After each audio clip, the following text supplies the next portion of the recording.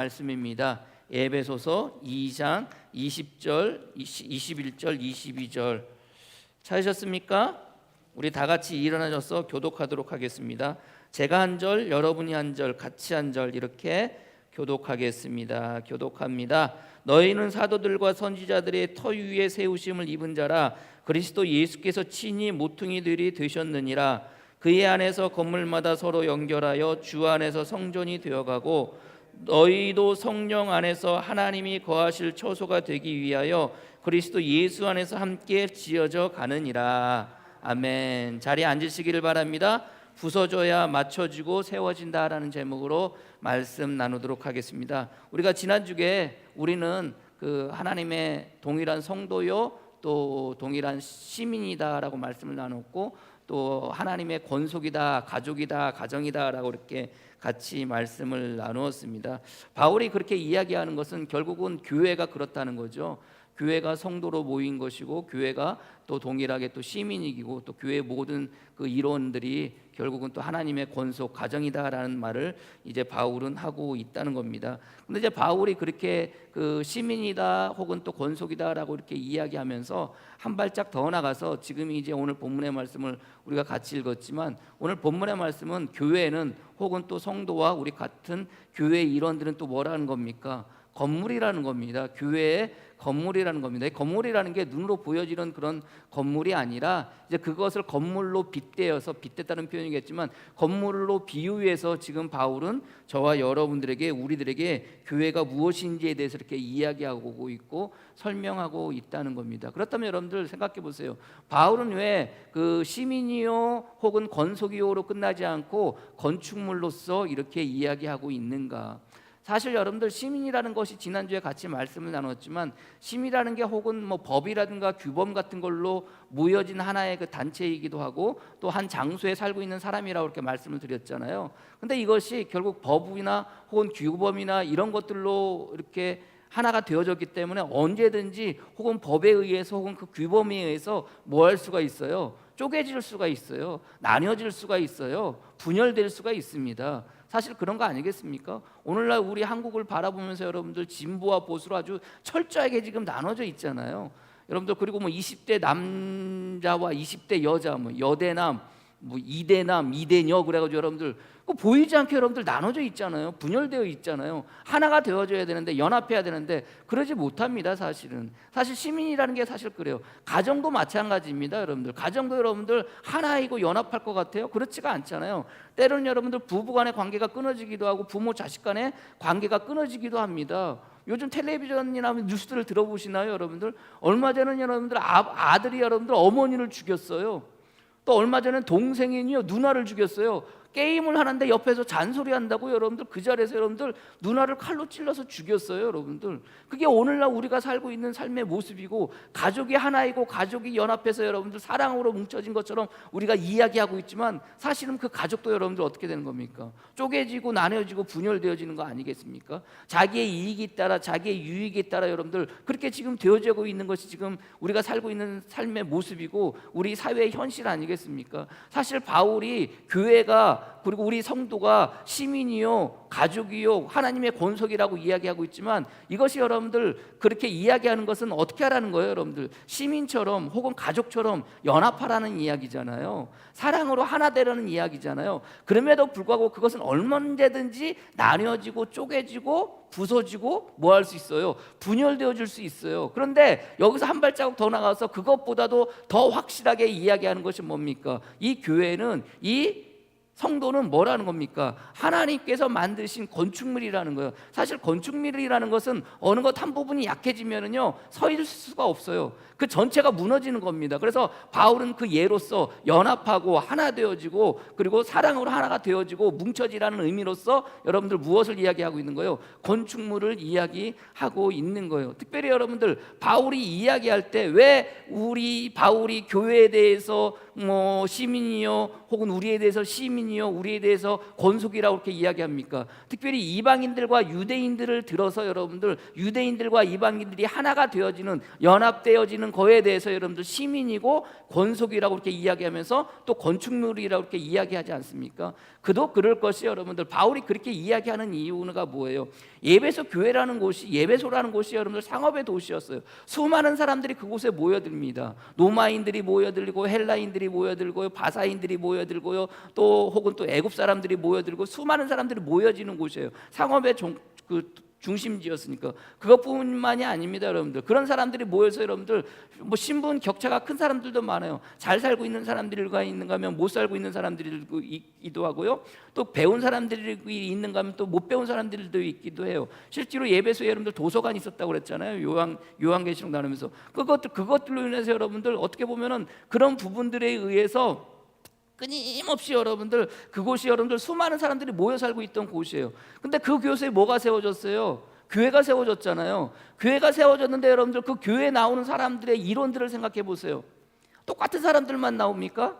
똑같이 배운 사람들, 똑같이 있는 사람들만 나와요? 아니에요. 거기에 수많은 사람들이 나오고요. 어떤 사람은 로마인일 수도 있고 헬라인일 수도 있고 바사인일 수도 있고 애굽 사람일 수도 있고 혹은 또 유대 사람일 수도 있고 여러분들 수많은 사람들이 교회에 나와요. 근데 이 사람들이 교회를 나오는데 중요한 것은 이 사람들이 살아온 삶의 배경들이 다 달라요. 가지고 있는 문화들이 다 달라요. 이 사람들이 교회 안에 있으니 여러분들 이게 얼마나 힘들고 이게 얼마나 어렵겠습니까? 이것이 하나가 되어지고 이 사람들이 하나가 되어지고 연합되어지는 것이 얼마나 힘들고 어려웠겠습니까? 그래서 여러분들 바울이 예배소 교회를 이야기하면서 예배소 교회를 여러분들 떠나면서 교별 설교를 할 때 여러분들 바울이 그 예배소 교회의 교인들에게 하는 이야기가 있습니다. 사도행전 20장 31절 말씀에 이렇게 이야기합니다. 바울이 이렇게 이야기해요. 그러므로 여러분이 일깨어 내가 3년이나 밤낮 쉬지 않고 눈물로 각 사람을 훈계하던 것을 기억하라 그래요. 바울이 3년 동안 예배소에서 여러분들 예배소에서 있으면서 여러분들 그들과 같이 여러분들 목회를 했거든요. 얼마나 힘들고 얼마나 어려웠는지 여러분들 3년이나 밤낮 쉬지 않고 눈물로 각 사람을 훈계했던 것을 기억하라 그래요. 얼마나 힘들었으면 여러분 3년을 밤낮 쉬지 않고 눈물로 훈계했대요. 이게 바울의 본래 마음이었어요. 예배소 교회를 바라보니 여러분들 수많은 사람들이 각층의 사람들이 다 모여드니 얼마나 힘들고 얼마나 어렵겠습니까? 이 말하면 이 사람들이 토라지기도 하고 저 말하면 이 사람들이 토라지기도 하고 각 살아온 배경들이 다르고 가진 생활 수준이 다르고 그러니까 여러분들 그 모든 것들을 맞춰주려고 하니 얼마나 힘들고 얼마나 어렵겠어요. 그리고 얼마나 힘들고 얼마나 어려웠으면 있는 3년 동안 여러분들 밤낮 쉬지 않고 무엇으로? 눈물로 훈계했다라고 여러분들 이야기를 해요. 그도 그럴 것이 여러분들 그 교회가 예배소 교회가 수많은 각양의 사람들이 모여서 교회가 세워졌으니 얼마나 힘들고 연합되기가 얼마나 어려웠겠어요. 그러니까 오늘 바울이 예배소 교회 편지를 보내면서 이방인들과 유대인들을 들어서 연합하라고 주님께서 여러분들 주님의 피로 말미암아 주님의 육체를 허물어서 여러분들 그 담을 허물어서 그들을 하나로 만들어 주시는 것처럼 그리고 주님께서 십자가에 못 박혀 돌아가시면서 그들로 하나가 만드신 것처럼 우리 주님께서 하나님과 우리와의 관계를 연합하게 하셨듯이 너희도 그렇게 연합하라고 이렇게 이야기하는 것은 결국 뭐예요? 그들이 정말로 그렇게 연합을 했든지 혹은 연합하지 못했기 때문에 지금 바울은 예배소에 이렇게 편지를 보내는 거 아니겠습니까? 특별히 어떻게 보면은 수많은 사람들이 모여 있었기 때문에 교회가 하나가 되어지고 연합하는 것이 쉽지 않았던 모양이에요. 그래서 지금 바울은 어떻게 보면 이렇게 쓰는 것이고 바울이 사도행전을 통해서 예배소 교회를 떠날 때 그렇게 고백할 수 있었던 거 아니겠습니까? 특별히 여러분들 바울이 그 고별 설교를 하면서 또 이렇게 이야기합니다. 사도행전 20장 29절 이하에 내가 떠난 후에 사나운 이리가 여러분에게 들어와서 그 양떼를 아끼지 아니하며 또한 여러분 중에서도 제자들을 끌어 자기를 따르게 하려고 어그러진 말을 하는 사람들이 일어날 줄 내가 아노니. 이야기는 뭐냐면은 자, 교회가 수많은 사람들이 수많은 민족들이 어떻게 보면은 모여진 곳 아니에요? 이 사람 저 사람 다 다른 수준의 사람들이 모여진 곳 아니에요? 근데 바울이 떠났을 때는 바울이 있을 때는요 밤낮 여러분들 쉬지 않고 눈물로 기도하면서 여러분들 가르치던 곳인데 이 바울이 90점이 되어졌다가 바울이 떠날 때는 뭐가 된다는 거예요? 그게 분열될 수 있다는 거예요. 그게 나눠질 수 있다는 거예요. 너희들 중에 누가 들어와가지고 너희들의 귀를 솔깃하게 해서 너희들을 나눌 수 있게 하니까 너희들 그거 정신 바짝 차리고 있으라는 거예요. 근데 실제로 그런 일이 일어나요. 요한계시록에 보면 예배소 교회가 여러분들 책망받는 일이 있고 칭찬받는 일이 있잖아요. 그 칭찬받는 일 가운데 하나가 뭔지 아십니까? 너희 가운데 니골라당이 들어왔을 때 너희가 그들을 배척을 잘했다는 거예요. 너희들이 그것을 분별을 잘해가지고 거기에 흔들리지 않았다는 거예요. 그러면서 여러분 내가 그들을 싫어했다라고 이렇게 이야기하는 것처럼 어떻게 보면 매 순간순간 교회는 그런 일들이 일어날 수밖에 없는 거예요. 무엇인가가 들어와서, 누군가가 들어와서 어떤 사상이나 어떤 생각이나 이런 것들이 들어와서 교회를 어떻게 한다는 거예요? 분열시키고 나누고 여러분들 쪼개게 만드는 것이 그런 거 아니겠습니까? 그러니까 바울도 그것을 걱정하고 있었기 때문에 연합하라는 거예요. 하나가 되라는 거예요. 그 특별히 교회 가운데 여러 사람들이 모인 그 교회가 어떻게 하라는 거예요? 연합하라는 거예요. 주님께서 십자가에 못 박혀 돌아가시면서, 주님께서 십자가를 통해서 주님께서 자기의 육체를 허물어 가시면서 육체와 이방인들의 담을 허물러 그들이 하나 되게 하신 것처럼 우리가 어떻게 하라는 거예요? 하나 되라는 거예요. 연합하라는 거예요. 그게 바울의 메시지예요. 오늘 성경의 말씀도 사실 바울이 예배소 교회의 편지를 보면서 예배소의 여러분들 그 말씀을 통해서, 특별히 2장의 말씀을 통해서 11절 이하의 말씀을 통해서 뭐 하라는 겁니까? 연합하라는 거예요. 하나가 되라는 거예요. 근데 도대체가 하나가 되지 않고 도대체가 연합되지 않는 것이 우리들의 모습이에요. 말씀드렸죠? 시민은 나눠질 수 있어요. 권속은 나눠질 수 있어요. 그러나 여러분들 건축물은 나눠질 수 있어요? 나눠질 수 없어요. 왜요? 어느 한 곳이 무너지면 전체가 무너지기 때문에 모두가 모든 것들이 튼튼하게 서 있어야 되는 거예요. 그러면서 바울이 이야기하는 것이 그 건축물에 대한 이야기를 할 때 그 건축물은 어디에 세워졌다는 거예요? 오늘 본문의 말씀에 사도들과 선지자의 터 위에 세워졌다는 거예요. 그럼 여러분들 우리가 오늘 성경의 말씀처럼 사도들과 선지자의 터 위에 세워졌다는 게 사도들과 선지자 위에 세워졌다는 거예요? 아니에요, 여러분들. 사도들은 누구이며 선지자는 또 누구예요? 선지자는 구약의 선지자만 생각하지 신약의 선지자를 우리가 생각하지 않잖아요. 사도들을 이야기할 때 사도들이 그럼 도대체 무엇을 했던가, 무엇을 여러분들 하면서 살았던가, 그들이 가지고 있었던 여러분들 또 사명은 무엇일까 여러분들 생각을 해야 돼요. 그래야지 사도들과 선지자의 터 위에 세우신이라는 것이 우리가 이해할 수가 있다는 거예요, 여러분들. 오늘 본문의 말씀을 통해서 특별히 바울은 그것을 이야기할 때 바울이 여러분들 특별히 사도들과 선지자라고 그렇게 이야기하잖아요. 그럼 사도들이 했던 일이 무엇입니까? 바울이요, 여러분들 주님과 만나는 그 조우하는 부분에 대해서 성경은 이렇게 이야기합니다. 사도행전 26장 16절 18절 말씀에 일어나 너의 발로 서라. 주님 바울이 다메섹으로 가다가 여러분들 중간에 여러분들 누구를 만나요? 주님을 만나거든요. 주님의 음성을 듣거든요. 그때 여러분들 바울이 이제 장님이 잠깐 눈이 가리워지잖아요. 그때 하늘에서 들려오는 소리가 이겁니다. 일어나 너의 발로 서라. 내가 내게 나타난 것은 곧 내가 나를 본 일과 장차 내게 나타나 일에 너로 종과 증인을 삼으려 함이니. 자, 바울이 지금 이야기하는 게 뭡니까? 바울에게 지금 일어난 일들에 대해서 무엇을 이야기하고 있는 거예요? 자, 주님께서 바울에게 나타나신 것은 왜 나타난다는 거예요? 바울을 무엇을 삼겠다는 거예요? 종과 증인을 삼으로 한다는 거예요. 뭐 종과 증인을 삼는다는 것은 누구의 종? 그리고 무엇을 증언하게 하겠다는 거예요? 무엇의 증인이 되게 하겠다는 거예요? 이스라엘과 이방인들에게 내가 너를 구원하여 그들에게 보내어 그 눈을 뜨게 하여 어둠에서 빛으로 사탄의 권세에서 하나님께로 돌아오게 하고 죄사함과 나를 믿어 거룩하게 된 무리 가운데서 기업을 얻게 하리라 하더이다. 이게 바울에게 주님께서 주시는 메시지였고 바울을 선택하시고 바울에게 나타나신 이유였던 거예요. 이게 곧 뭐예요? 사도들이 해야 될 사명이었던 거예요. 결국 사도들이 해야 될 사명이 라는 게 뭡니까? 나를 믿어 거룩하게 된 무리들 가운데서 기업을 얻게 하려 하더이다. 더불어 그 눈을 뜨게 하여 어둠에서 빛으로 사단의 권세에서 하나님께로 돌아오게 하고 죄사함과 나의 눈을 믿어 거룩하게 된 무리들 가운데서 기업을 얻게 하려 하리이다. 결국 이야기는 뭡니까 여러분들? 눈을 뜨게 하게 한다는 거예요. 어둠에서 빛으로 사단의 권세에서 하나님께로 돌아오게 한다는 거. 그게 그렇게 해야 될 일이 사도가 해야 될 일이라는 거예요.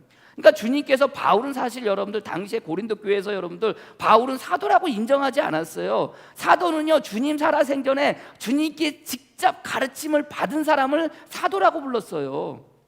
근데 바울 스스로가 사도라고 그러니까 도대체 인정하지 않는 거예요. 그러니까 바울이 하는 이야기가 뭐예요? 아니야, 나 주님을 만났어. 그리고 주님께서 나에게 사명을 주셨어. 나를 종으로 삼아주고 증인을 삼아주셨는데 그 종으로 증인으로 삼아주신 이유, 그리고 그 사명이 뭐라는 거예요? 어둠에서 빛으로 만들고, 오늘 그 바울 그 사도행전의 말씀처럼 사단의 권세에서 하나님께로 돌아오게 하고 죄 사함을 얻게 하라고 나를 믿어 사람들에게 증인이 되게 하셨다는 거예요. 그게 사도가 행할 일이었던 거예요. 결국 여러분들 사도들이 하는 일이 뭡니까? 예수 그리스도를 전파하고 예수 그리스도의 복음을 전하는 거 아닙니까? 그것을 통해서 사람들이 믿게 하고 그것을 통해서 어둠 가운데서 빛으로 나오게 하는 게 사도들이 해야 될 일이었어요. 그리고 선지자들은 또 어디서 나옵니까? 선지자는 구약의 선지자들 아닙니까? 근데 구약의 선지자들의 대부분의 선지자들이 여러분들 무슨 일을 했던 거예요? 하나님의 말씀을 대언하고 하나님의 말씀을 예언했는데, 특별히 여러분들 그 선지자들이 했던 일 가운데 하나가 뭡니까? 가장 중요한 것은 이 땅 가운데 예수 그리스도가 오실 거에 대한 예언인 거예요. 주님의 말씀을 대언하고 주님의 말씀을 예언하면서 여러분들 그들이 살았지만, 그 모든 목적은 뭐예요? 이 땅 가운데 예수 그리스도께서 오실 거에 대한 예언이고 예수 그리스도께서 오실 거에 대한 대언이었던 거예요. 그게 구약의 선지자들의 사명이었던 거예요. 마찬가지로 신약의 선지자들도 나와요. 왜 그러냐면은 신약에서도 여러분들 선지자에 대한 이야기가 나오거든요. 에베소서 3장 3절 6절. 에베소서 3장 우리 같이 읽어볼까요? 에베소서 3장 이하에 같이 읽겠습니다. 시작. 곧 계시로 내게 비밀을 알게 하신 것은 내가 먼저 간단히 기록한 것과 같으니 그것을 읽으면 내가 그리스도의 비밀을 깨닫는 것을 너희가 알 수 있으리라. 이제 그의 거룩한 사도들과 선지자들에게 성령으로 나타내신 것 같이 다른 세대에서는 사람의 아들들에게 알리지 아니하셨으니 이는 이방인들이 복음으로 말미암아 그리스도 예수 안에서 함께 상속자가 되고 함께 지체가 되고 함께 약속에 참여하는 자가 되게 함이라. 5절 말씀에 그의 거룩한 사도들과 선지자들에게 성령으로 나타내신 것 같이 다른 세대에서는 사람의 아들들에게 알리지 아니하셨느니. 여러분들 결국 사도들에게 알리셨던 것, 그리고 선지자들에게 알리셨던 게 뭡니까? 예수 그리스도 아니에요? 저와 여러분들, 우리 먼저 간 사도들과 먼저 있었던 선지자들이 저와 여러분들에게 알려준 게 뭐예요? 예수 그리스도잖아요, 여러분들. 다른 거 아니잖아요. 예수 그리스도와 예수 그리스도의 복음 아닙니까? 그거 우리에게 알려준 거잖아요. 결국 선지자들과 사도들의 터라는 것은 뭡니까, 여러분들? 그들이 가르쳤던, 그들이 전했던 그게 곧 뭐예요? 그게 곧 예수 그리스도예요. 오늘 우리가 저와 여러분들 같이 읽은 19절 말씀은 그러므로 이제부터 너희는 20절 말씀, 너희는 사도들과 선지자들이 터 위에 세우심을 입은 자라 이렇게 되어 있잖아요. 그럼 우리가 사도들 위에 세우심을 입은 자들입니까? 선지자들을 위해 세우심을 입은 자들입니까? 아니라는 거죠. 결국 이야기는 뭐냐? 새 번역에는 이 오늘 본문의 말씀을 어떻게 이야기하고 있냐면 이렇게 이야기합니다. 여러분은 사도들과 예언자들이 놓은 기초 위에 세워진 건물이며 그리스도 예수가 그 모퉁이 돌이 되십니다. 이게 새 번역 성경의 번역이에요. 현대인의 성경의 번역은 이렇게 이야기합니다. 여러분, 사도들과 예언자들이 놓은 기초 위에 세워진 집이며 그리스도 예수님은 친히 그 머릿돌이 되셨습니다. 여러분은 사도들과 예언자들이 위에 세워진 게 아니라 사도들과 예언자들이 놓은 기초 위에 세워진 집이라는 거예요. 누가? 저와 여러분들이. 무엇이? 교회가. 어디 위에? 사도들과 선지자들이 세운 기초 위에 세워졌다는 거예요. 사도들과 선지자 위에 세워진 게 아니라 사도들과 선지자들이 세운 기초 위에. 사도들과 선지자들이 세운 기초가 뭐예요? 예수 그리스도인 거예요. 그래서 이 교회는요, 저와 여러분들은 어디에 세워졌다는 거예요? 사도들과 선지자들이 전하고 그들이 그토록 증거했던 예수 그리스도 위에 세워진 성도요, 예수 그리스도에 세워진 교회인 것을 여러분들이 믿으시기를 바랍니다. 그게 우리의 모습이고 이 교회의 모습인 거예요. 그래서 여러분들, 이 교회는 어떻게 할 수 있는 거? 어디 위에 세워졌다는 거예요? 그리스도 위에 세워진 거예요. 그게 여러분들 기초가 되어지는 거예요. 우리의 기초는, 저와 여러분들의 기초는, 이 교회의 기초는 뭐가 되어지는 거예요? 예수 그리스도가 되어지는 거예요. 근데 여러분들 한번 생각해 보세요. 여러분들 혹시 집을 그리실 줄 아세요? 집을 그려보시면 여러분들 한번 마음으로 그려보세요. 아니면 여러분들 주보 위에다가 한번 집을 한번 그려보세요.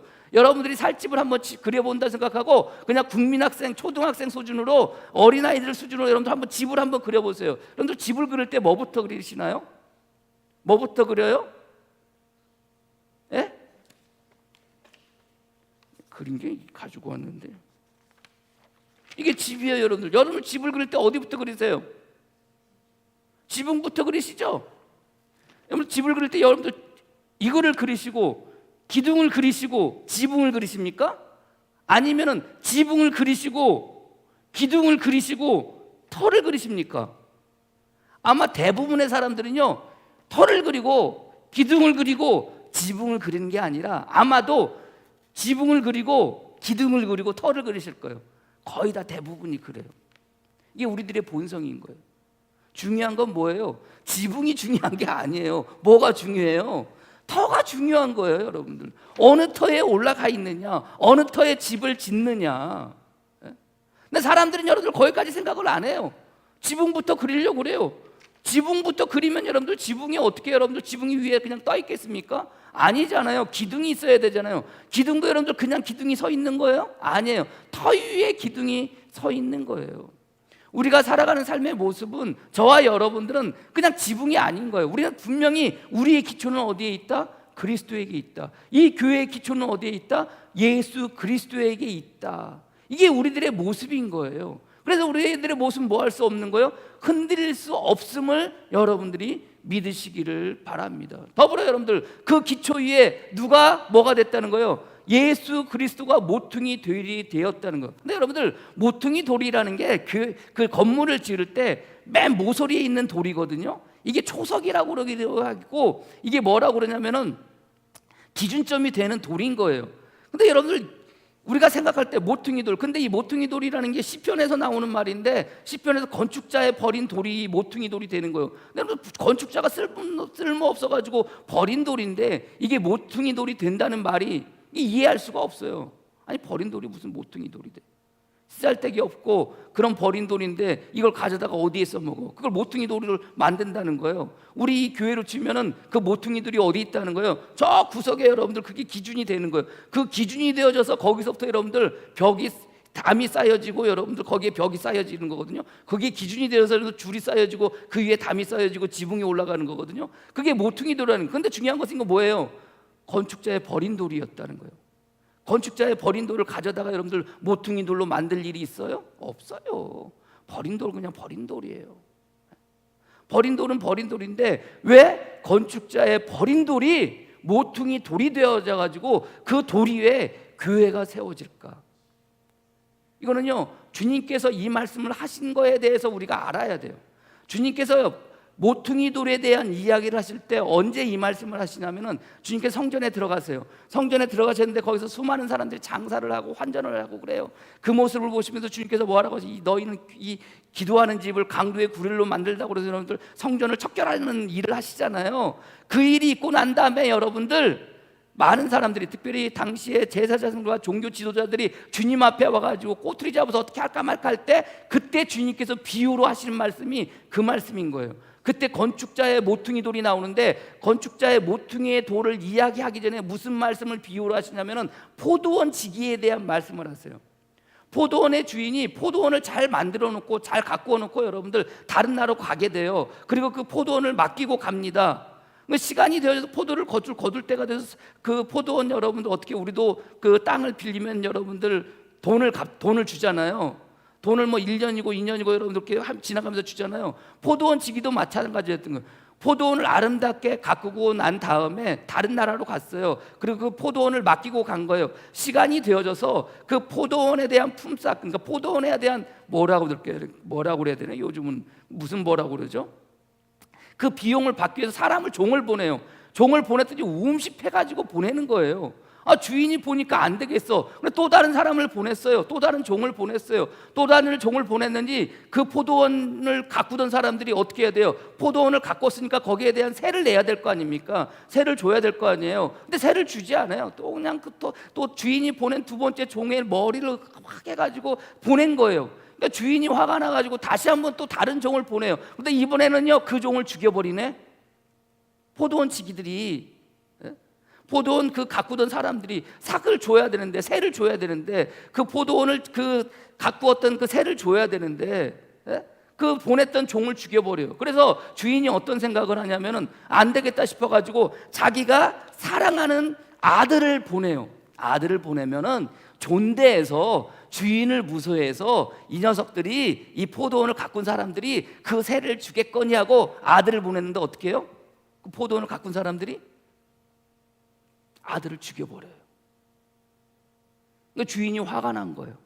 주인이 와가지고 그 포도원을 가꾸던 사람들을 다 없애버려요. 그러면서 주님께서 그 비유를 하시고 난 다음에 이 말씀을 하시는 거예요. 너희가 성경의 건축자들이 버린 돌이 모퉁이의 머릿돌이 되었나니 이것은 주로 말미암아 된 것이 아니요 우리 눈에 놀랍도다 함을 읽어보지도 못하였느냐 하시니라. 제가 여러분들에게 드린 말씀 마가복음 12장 1절부터 9절 말씀이 포도원 지기에 대한 이야기예요. 욕심 많은 포도원 지기의 이야기가 아니라 이 말씀을, 이 비유를 하시고 난 다음에 주님께서 성경의 건축자들이 버린 돌이 모퉁이의 머릿돌이 되었네. 이게 시편의 말씀이거든요. 이 말씀을 하시는 거예요. 여기까지도 도대체 뭔 말인지 몰라. 아니, 건축자가 버린 돌이 모퉁이 돌이 되어졌대. 근데 주님께서 지금 그 말씀을 차용해다가, 시편의 말씀을 차용해다가 포도원 지기의 비유를 들고 난 다음에 그 말씀의 결론으로 너희가 성경의 건축자들이 버린 돌이 모퉁이의 돌이 되었다니 이것이 주로 말미암아 된 것이요 우리 눈에 놀랍도다 함을 읽어보지 못하였느냐 하시니라. 도대체 무슨 말인지 몰라요. 버린 돌은 버린 돌이지. 주님께서 또 그 버린 돌을 모퉁이 돌이 됐다고 하셨는데 이 포도원 지기의 이 비유하고 이 모퉁이 돌이 하고 무슨 상관이 있어요? 몰라요. 근데 이 모퉁이 돌이 어디서 나왔느냐, 그리고 이 포도원 지기에 대한 얘기가 어디서 나왔느냐, 이걸 알면은요 주님께서 왜 이 모퉁이 돌에 대한 이야기를 했는지 우리가 알 수 있어요. 포도원 지기에 대한 이야기가 어디서 나오느냐, 이사야서 5장 1절에서 7절까지 말씀이에요. 나는 내가 사랑하는 자를 위하여 노래하되 내가 사랑하는 자의 포도원을 노래하리라. 내가 사랑하는 자에게 포도원이 있으며 심히 기름진 산이로다. 땅을 파서 돌을 제하고 극상품 포도나무를 심었도다. 그 중에 망대를 세웠고 또 그 안에 술틀을 팠도다. 좋은 포도맺기를 팔았더니 들포도를 맺었도다. 자, 주님께서 이 포도원 지기에 대한 말씀을 하실 때 마가복음 12장 1절 말씀에 이렇게 말씀하십니다. 예수께서 비유로 그들에게 말씀하시되 한 사람이 포도원을 만들어 산울타리를 두르고 집자는 틀을 만들고 망대를 지어서 농부들에게 새로 주고 타국에 갔더니라고 이렇게 돼요. 그러니까 주님께서 비유로 하신 말씀이 어디에서 나오는 말씀이에요? 사실은 이사야서에서 나오는 말씀이에요. 근데 이사야에서 나오는 말씀이 나는 내가 사랑하는 자를 위하여 노래하되 내가 사랑하는 자의 포도원을 노래하리라. 내가 사랑하는 자들에게 포도원이 있으며 심히 기름진 산이로다. 땅을 파서 돌을 제하고 극상품 포도나무를 심었도다. 그 중에 망대를 세웠고 또 그 안에 술틀을 팠도다. 주님께서 그렇게 하셨다는 거예요. 우리 하나님께서 포도원을 그렇게 만드셨다는 거예요. 왜? 좋은 극상품 포도나무를 얻기 위해서, 좋은 포도를 맺기를 바라는 마음으로 그렇게 하셨다는 거예요. 근데 거기에 뭐가 맺혔다는 거예요? 들포도가 맺혔다는 거예요. 하나님께서는 포도원을 그런 마음으로, 그런 심정으로 만들어 주셨다는 거예요. 근데 여러분들 그것을 어떻게 만들었다는 거예요? 거기에 뭐가 났다는 거예요? 좋은 포도가 열매 맺힌 게 아니라 들포도가 열매 맺혔다는 거예요. 그래서 여러분들 그 들포도가 열매 맺힌 것을 바라보면서 주님께서 뭐라고 그러냐, 예루살렘 주민과 유다 사람들아 구하노니 이제 나와 내 포도원 사이에서 사리를 판단하라. 내가 내 포도원을 위하여 행한 것 외에 무엇을 더할 것이 있으랴. 내가 좋은 포도 맺기를 기다렸거늘 들포도를 맺으면 어찌 됨인고. 이제 내가 내 포도원에 어떻게 행할지를 너희가 이르리라. 내가 그 울타리를 걷어 막힘을 당하게 하며 그 담을 헐어 짓밟히게 할 것이요 내가 그것을 황폐하게 하리니 다시는 가지를 자름이나 복을 돋우지 못하여 찔레와 가시가 날 것이며 내가 또 구름에서 명하여 그 위에 비를 내리지 못하게 하리라 하셨으니 무릇 만군의 여호와의 포도원은 이스라엘 족속이요. 이제 비유로 왜 이야기를 하시는지 나와요. 만군의 여호와의 포도는 이스라엘 족속이요 그가 기뻐하는 나무는 유다 사람들이라. 그들에게 정의를 바라셨더니 도리어 포악이요 그들에게 공의를 바라셨더니 도리어 부르짖음이었도다. 자, 주님께서 포도원 지기에 대한 이야기를 하신, 그 비유로 하신 이야기를 여러분들 이제 짐작이 미로 짐작하게 되는 거죠. 포도원이라는 것이 결국 이스라엘이라는 거예요. 포도원 지기는 그 이스라엘 사람들이라는 거예요. 유대인들이라는 거예요. 그들을 통해서 그 무엇을 얻기를 원했다는 거예요? 좋은 포도 열매를 얻기를 원했는데 그들이 그렇게 하지 않았다는 거예요. 그래서 여러분들 그들을 뭐 하시겠다는 거예요? 심판하시겠다는 거예요. 이게 주님께서 하나님께서 만들어진 포도원에 대한 이야기예요. 그럼 여러분들 그렇게 심판하고 끝날 일이냐? 그게 아니라는 거예요. 그게 아니라는 거예요. 이 포도원에 대한 회복에 대한 말씀이 이사야서 27장 2절에 나와요. 이렇게 말씀하십니다. 그날에 여호와께서 그의 견고하고 크고 강한 칼로 날렘 뱀 니오야단 곧 꼬불꼬불한 뱀 니오야단을 멸하시며 바다에 있는 용을 죽이시리라. 그날에 너희는 아름다운 포도원을 두고 노래를 부를지어다. 나 여호와는 포도원 지기가 됨이며 때로는 물을 주며 밤낮으로 간수하여 아무든지 이를 해치지 못하게 하리로다. 나는 포도원에 대하여 노함이 없나니 찔레와 가시가 나를 대적하여 싸운다 하자 내가 그것을 밟고 모아 불사르리라. 그리하지 아니하면 내 힘을 의지하고 나와 화친하며 나와 화친할 것이라. 후일에 야곱의 뿌리가 박히며 이스라엘의 우음이 돋고 꽃이 필 것이라. 그들이 그 결실로 지면을 채우리로다. 포도원을 주님께서 하나님께서 포도원을 만드셨는데 그 포도원은 이스라엘이요. 그 포도원 지기들은 누구라는 거예요? 유대인들인데 그들이 거기서 아름다운 열매를 맺지 못해요. 들포도나무를 맺어요. 그래서 그들을 심판하신다는 거예요. 근데 하나님의 원래의 마음은 뭐예요? 그 포도원을 다시금 회복시켜 주겠다는 거예요. 무엇을 통해서? 후일에는 야곱의 뿌리가 박히며 이스라엘의 우음이 돋고 꽃이 필 것이라. 그들이 그 결실로 지면을 채우리로다. 이게 예수님께서 하신 포도원의 비유인 거예요. 그래서 포도원의 비유에 뭐가 나오는 거예요? 건축자의 버린 돌이, 모퉁이 돌, 버린 돌이 나오는 거예요. 그 버린 돌을 뭘 삼겠다는 거예요? 모퉁이 돌로 삼겠다는 거예요. 이스라엘 백성들이, 유대인들이 주님이 이 땅 가운데 메시아로 오셨는데 그것을 알지 못해요. 그리고 결국은 주님을 죽이지 않습니까? 주님을 여러분 내치고 주님을 죽이질 않아요? 죽이잖아요. 그 죽음을 통해서 끝날 것 같았는데 하나님은 어떻게 하신다는 거예요? 그 이스라엘 백성들, 그 유대인들이 버린 그 모퉁이돌, 버린 그 건축돌, 그분이 누구라는 거예요? 예수 그리스도를 모퉁이돌로 삼아가지고 뭐 하시겠다는 거예요? 그 포도원을 다시금 회복시켜 주시겠다는 거예요. 이게 바울이 말하는 모퉁이돌에 대한 비유인 거예요. 결국 오늘 성경에서 말하는 이 주님께서 우리의 터가 되고 우리 교회의 터가 되고 우리 주님께서 모퉁이 돌이 되어진다는 것은 주님께서 당신 스스로가 포도원 지기에 대한 비유를 하시면서 건축자의 버린 돌 곧 모퉁이들이 본인이 된다라고 말씀하신다는 것은 곧 뭐예요? 우리에게 뭐가 있다는 거예요? 우리에게 가장 아름다운 열매를 맺을 수 있는 회복이 있다는 거예요. 그 회복을 통해서 뭐 한다는 거예요? 너희는 연합할 수 있다는 거예요. 너희는 하나가 될 수 있다는 거예요. 이 말씀을 지금 바울은 이야기하고 있는 거예요. 그래서 저나 여러분이나 우리가 살아가는 삶 속에서 우리는 끊임없이 서로 다른 사람들이 모여서 교회 안에서 살아가요. 그래서 우리들에는 언제든 갈등이 있어요. 그러나 그 갈등을 다 딛고 일어설 수 있는 것은 뭐예요? 우리 주님께서 그 터가 되시고 우리 주님께서 그 모퉁이 돌이 되기 때문에 그 모퉁이 되르셔서 가장 아름다운 열매, 가장 좋은 열매, 가장 극상품 열매로 저와 여러분들 맺기 위해서 그렇게 만들어 주셨다는 거예요. 믿으십니까? 근데 사실 우리의 모습은 그러지가 못해요. 서로 다 다르고 생각도 다르고 뜻이 달라요. 그래서 여러분들 우리가 같이 모여질 수 없는 것이 우리들의 모습 아니겠어요? 교회라는 것이 그 터 위에 세워지고 교회라는 것이 주님께서 모퉁이 돌이 되어줘서 거기에 세워졌는데 여러분들 그러면 교회는 영원해야 되잖아요. 교회는 여러분들 흩어짐이 없어야 되고 교회는 여러분들 무너짐이 없어져야 되고 교회는 여러분들 부서짐이 없어야 돼요. 근데 그런가요? 그렇지가 못해요.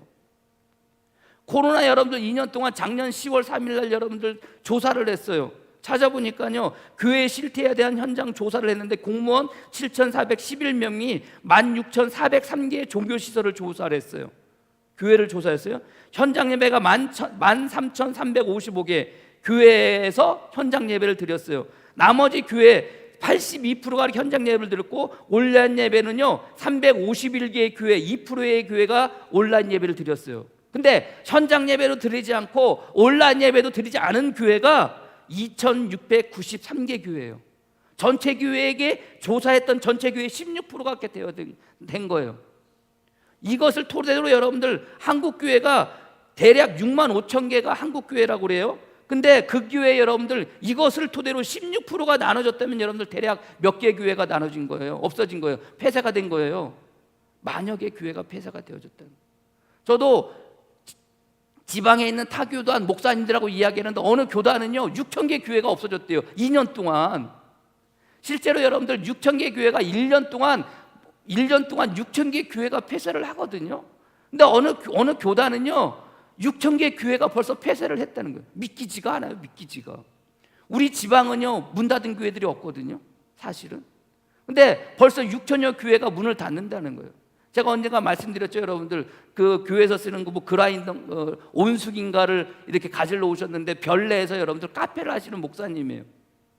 이 카페를 하시는 목사님이 오셔가지고 이야기했는데 본인들은 이미 코로나 터질 때 여러분들 교단에서 연구를 했대요. 연구를 했는데 대략 따져보니까 한 해에 3천 개 교회가 없어질 거라는 것을 이미 결론을 가지고 있다는 거예요. 그 얘기를 저에게 해주셨어요.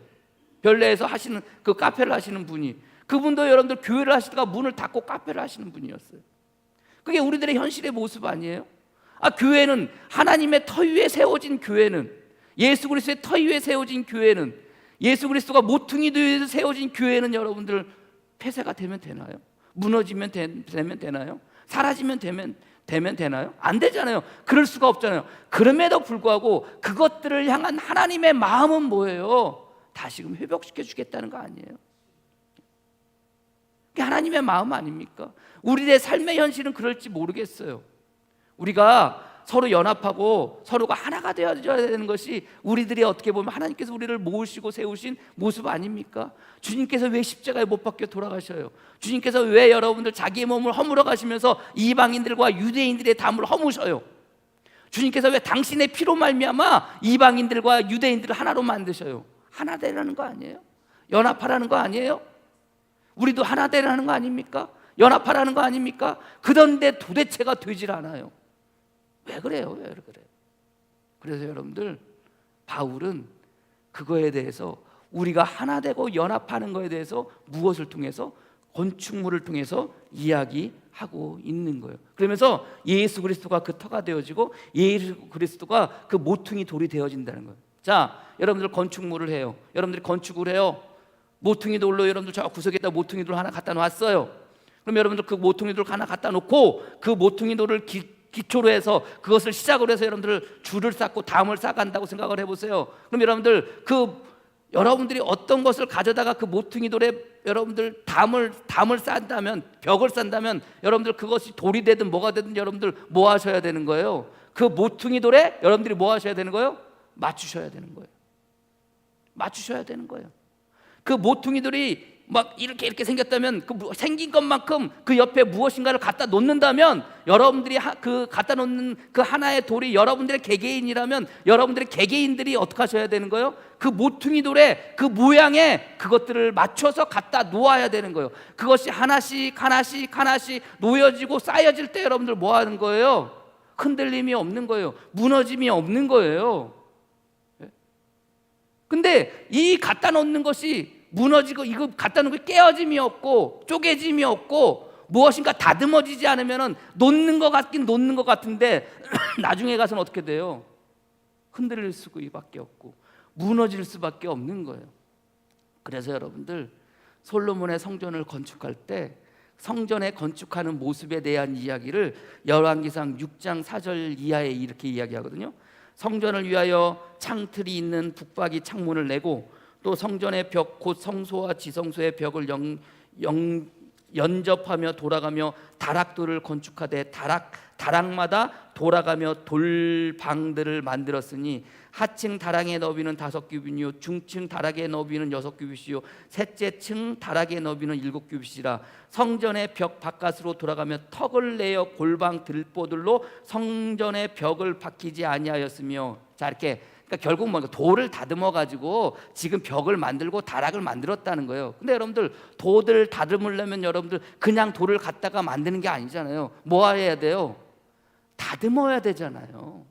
모퉁이 돌이 저 구석에 있어. 그럼 그 옆에 여러분들이 어떤 돌을 갖다 놓으려면은 그냥 아무 돌이나 갖다 놓으면 안 되고 그 돌을 뭐 하셔야 되는 거예요? 다듬어야 되는 거예요. 그 모퉁이 돌에 맞게끔 다듬어서 옆에 누워야 되는 거예요. 여러분들 집을 지을 때 주춧돌을 이렇게 놓잖아요. 그랭이질이라는 걸 아세요, 여러분들? 그 주춧돌에 여러분들 기둥을 이렇게 놓습니다. 이렇게 기둥을 놓는데요. 옛날에야 여러분들, 지금이야 이렇게 대리석으로 딱 해가지고 주춧돌, 옛날에 그런 돌이 없으니까 여러분들 그냥 평평하고 좋아 보이는 돌을 가다가 여러분 주춧돌로 만들어서 이렇게 갖다 놓거든요. 그럼 그 위에다 나무를 세워놔요. 그럼 나무를 세우면 여러분들 이렇게 울퉁불퉁한 거 위에 여러분들 울퉁불퉁한 거 위에 여러분들 이 나무를 세우려면 이게 세워져요? 이게 세워지지 않아요. 그래서 뭘 하면 그랭이질 한다고 그래요. 그랭이질. 이것을 나무를 이 돌 위에다 세워놓고요. 이렇게 놓고 이 연필 같은 걸로 여러분들 이렇게 맞춰서 이렇게 가른 거예요. 윗면을. 그러면 이 나무에 여러분들 그게 그려져요. 뭐 그거를 따요. 그리고 안에는 약간 들어가게 하고 거기에다 기름을 칠하거나 뭘 칠해요. 벌레들이 혹은 물들이 썩지 않게 이렇게 이 모양을 따라 이렇게 위아래 표면을 따라서 여러분들 그려요. 그 다음에 그것을 따요. 그러면 그것을 따고 다 이제 그 끌로 다 해가지고 다 조사내고 난 다음에 여러분들 이 돌 위에다가 딱 세우면 여러분들 맞춰질 거 아닙니까? 그래야 이게 안 흔들려요. 그냥 여러분들 여기에다 평평한 거냐 대충 해가지고 올려놓으면은 시간 지나면 어떻게 해야 되고 무너지거든요. 모퉁이돌이 저 구석에 있어. 근데 모퉁이돌이 이게 평평하게 있으면 좋겠는데 이런 모퉁이돌이 이렇게 되어져 있어요. 그럼 여러분들 여기에도 어떻게 해야 돼요? 어떤 돌을 갖다가 맞추려면 어떻게 해야 돼요? 여기에 이 모양에 맞춰서 조사해야죠. 부셔야죠. 쪼개야죠. 그리고 그 옆에 놔야죠. 이것이 하나씩 차곡차곡 쌓여질 때 여러분들 이게 흔들림 없이 여러분들 서 있는 거 아니겠습니까? 성전을 건축할 때 그렇게 했던 거예요. 돌들을 가져다가 여러분들 쪼개서 여러분들 해야 되는데 성전은 여러분들 뭐라고 이야기를 하는지 아세요? 성전을 만들 때 열왕기상 6장 7절 말씀에 이 성전은 건축할 때 돌을 그 뜨는 곳에서 다듬고 가져다가 건축하였으므로 부서뜨리고 쪼개뜨리고 다듬는 거 아니에요? 그렇게 했다는 거예요. 근데 중요한 것은 건축하는 동안에 성전 속에서는 방망이나 도끼나 모든 철 연장 소리가 들리지 아니하였으며 라고 이렇게 되어져 있어요. 성전을 만드는데 돌을 다듬어야 되는데 돌을 다듬으려면 가장 효과적으로 다듬으려면 어떻게 해야 돼요? 그 돌을 가져다가 그 돌을 가져다 대려고 하는 곳에서 가져다가 여러분들 이렇게 다듬어서 여러분들 맞춰봐가면서 우리 같은 초보자는 여러분들 한 번에 딱 맞춰서 이렇게 맞춰지지 않잖아요. 계속 여러분들 맞춰 보면서 쪼개보고 맞춰보고 쪼개보고 맞춰보고 이렇게 해서 하잖아요. 근데 여러분들 성전을 지을 때 그렇게 하지 않았다는 거예요. 돌을 트는 곳에서 그렇게 다 해서 거기서 여러분들 다 쪼개다가 요거는 다 갖다 놓고 성전 만들 때 다 갖다 놓으면 딱 맞았다는 거예요. 우리가 교회를 만든다는 건, 우리가 교회를 세워나간다는 건 바울이 이야기할 때 건축자의 버린 돌, 그 돌이 모퉁이 돌이 되어져서 우리가 교회를 주님께서 그렇게 만들어진 세운 건축물로 지금 비유한다는 것은 바로 그런 거예요. 우리가 그 모퉁이 돌에 어떻게 해야 돼요? 맞춰줘야 되는 거예요. 맞춰지기 위해서는 그냥 되어지는 게 아니에요. 내가 쪼개져야 돼요. 내가 부서져야 돼요. 예? 때로는 아프지만, 때로는 힘들지만, 때로는 얼었지만 그 모퉁이 돌에 그대로 맞춰져 가야 되는 거예요. 그 돌에 다른 돌이 세워졌으면 그 돌이 그 모퉁이 돌에 맞춰졌다면 그 돌에 다른 돌이 세워지려면 그 돌도 마찬가지로 그 옆에 세워진 돌에 어떻게 돼야 돼요? 맞춰져 가야 되는 거예요. 그래서 교회는요, 그렇게 세워진 교회가 뭐 하는 교회예요? 무너지지 않는 교회예요. 흔들리지 않는 교회예요. 그래서 바울은 그 의미로 지금 저와 여러분들에게 교회는 건축물이라고 이야기하는 거예요. 시민은 흩어질 수 있어요. 분열될 수 있어요. 가족도 흩어질 수 있어요. 무너질 수 있어요. 그러나 주님께서 터가 되고 주님께서 모퉁이 돌이 된 그 건축물은 결코 무너지지 아니한다는 거예요. 어떻게 될 때 그 건축물로 지어져가는 저와 여러분들. 그래서 오늘 본문의 말씀에 뭐라고 이야기하고 있어요? 21절 말씀에 그의 안에서 건물마다 서로 연결하여 주 안에서 성전이 되어가고. 모퉁이 돌에만 연결되어지는 게 아니에요. 서로 연결이 되어지는 거예요. 서로 쪼개어지고 서로 부서지고 서로 어떻게 되어지는 거예요? 아프지만 때로는 자기의 것이 떨어져 나가야 되는 거예요. 그렇게 서로 연결되어지는 거예요. 그래서 비로소 어떻게 되는 거예요? 아름다운 열매 맺는 아름다운 교회가 되어지는 거예요. 주님께서 여러분들 포도원 지기의 이 포도원의 그 비유를 통해서 아름다운 열매, 좋은 열매를 맺기를 원하는 것이 우리 교회를 향한 하나님의 마음인 거예요. 단두시 세운 것으로 끝나는 것이 아니라 극상품 포도나무 열매를 만들기 위해서 저와 여러분들을 서로 연결하여 이렇게 아름다운 성전으로 만들어 주셨음을 여러분들이 믿으시기를 바랍니다. 그 은혜 가운데 우리가 살아가는 거예요. 때로는 내가 부서지고 내가 쪼개지고 나에게서 떨어져 나가는 것들은 아픔이 있다 할지라도, 고통이 있다 할지라도 결국은 그 모든 것들이 어떻게 되는가? 하나로 연결되어지는 거예요. 그리고 아름다운 오늘 성경의 말씀처럼 주 안에서 성전이 되어져 가는 거예요. 누가? 저와 여러분들이. 믿으십니까? 그 은혜가 저와 여러분들에게 있는 거예요. 포도원을 회복시키는 것처럼 포도원의 말씀을 통해서 여러분들 오늘 제가 여러분들에게 읽어드린 말씀처럼 나 포도원 지기가 되며 때때로 물을 주며 밤낮으로 간사하며 아무든지 일을 해야 하지 못하게 하리로다. 나는 포도원에 대하여 노함이 없나니 찔레와 가시가 나를 대적하여 싸운다 하자 내가 그것을 받고 모아 불사르리라. 그리하지 아니하면 내 힘을 의지하고 나와 화친하며 나와 화친할 것이라. 후일에는 야곱의 뿌리가 박히며 이스라엘의 우미 돋고 꽃이 필 것이라. 그들이 그 결실로 지면을 채우리로라. 이게 여러분들 주님께서 교회를 세우신 목적인 거예요. 저와 여러분들 그 이론이 되어지는 것이고, 저와 여러분들은 그 시민이 되어지는 것이고, 저와 여러분들은 그 권속이 되어지는 거예요. 언제나 여러분들 살아가는 삶 속에서 힘들지만 어렵지만 우리의 교회의 근간이 지금 흔들리고 있는 가운데 놓여져 있지만, 여러분들 우리 지방 여러분들 38개 여러분들 이 포천지방 감리교회 목사님들 가운데 여러분들 비전교회 미자립교회 목사님들 다 교회 일 다니세요. 다 일 다니세요. 저도요 가끔 때로는 여러분들 당근에 여러분들 일 올라. 명인창호 아세요? 명인창호 어디 있는지? 명인창호 어디 있는지 아세요? 여기 있어요. 여기 화연초동에서 쭉 가다 보면 명인창호 있어요. 여러분들 시급 10,000원. 그거 본다니까요. 야 나도 어쩌면 이렇게 가서 일해야 될 수도 있겠구나. 이게 우리들의 삶의 현실이에요. 여러분들 목회자들의 현실이에요. 예? 비전교회 목회자님들, 비자립교회 목회자들 다 지금 일 다니고 계세요. 예? 여러분들이 잘 알고 있는 목사님들이 여러분들 일 다니세요.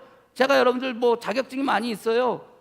사회복지 자격증도 있고 한국어 교사 자격증도 있고 보육교사 1급 자격증도 있고 그래요. 여러분들 사회복지사 있으니까 여러분들 다니는데 나보고 빨리 오라는 거예요. 한 달에 250 받는다는 거예요. 가야 될까요? 말아야 될까요? 이게 우리들의 현실이에요. 지금 목회자들의 현실이고 지금 교회의 현실인 거예요. 그래도 여러분들 이 가운데 놓여진 우리라 할지라도 어떻게 하는 거예요? 주님 말씀처럼 주님께서 터가 되시고 주님께서 모퉁이 되어졌으니 거기에 연결되어져 있는 저와 여러분들 무엇을 바라보며 주님께서 그렇게 회복시켜 주시는 우리의 삶의 모습을 기대하며 소망하며 나갈 수밖에 없음을 여러분들이 믿으시고, 마침내 회복하시는 포도원지기를 마침내 포도원을 회복하시는 이 놀라운 회복이 힘들지만 어렵지만 2년 동안 고생했지만 그러나 마침내 여러분 삶 가운데 있으시기를 주님의 이름으로 간절히 축복합니다. 기도하겠습니다. 하나님 감사합니다. 참 힘들고 어렵습니다. 그러나 분명한 것은 우리는 예수 그리스도의 터 위에 세워져 있습니다. 우리는 예수 그리스도의 모퉁이에 서로가 연결되어져서 있습니다. 때로는 내가 부서져야 되고 때로는 내가 쪼개져야 되고 때로는 나의 일부분이 떨어져 나가야 되지만 그럼에도 불구하고 그것을 통해서 마침내 가장 아름다운 교회 만들어 주시고 가장 아름다운 성도 만들어 주시고 극상품 포도나무 열매 만들어 주시고자 그렇게 인도하여 주시니 감사합니다. 매 순간순간 살아가는 삶 속에서 아버지 하나님께서 포도원을 아름답게 회복시키시는 것처럼 우리들 삶 가운데 주님의 놀라운 그 회복이 있게 하여 주시옵소서. 그리하여 그 은혜로 말미암아 살게 하여 주시고 그것을 기대하며 기도하며 기다리며 살 수 있는 자들 되어지게 주님 역사하여 주시옵소서. 예수님의 이름으로 기도합니다. 아멘.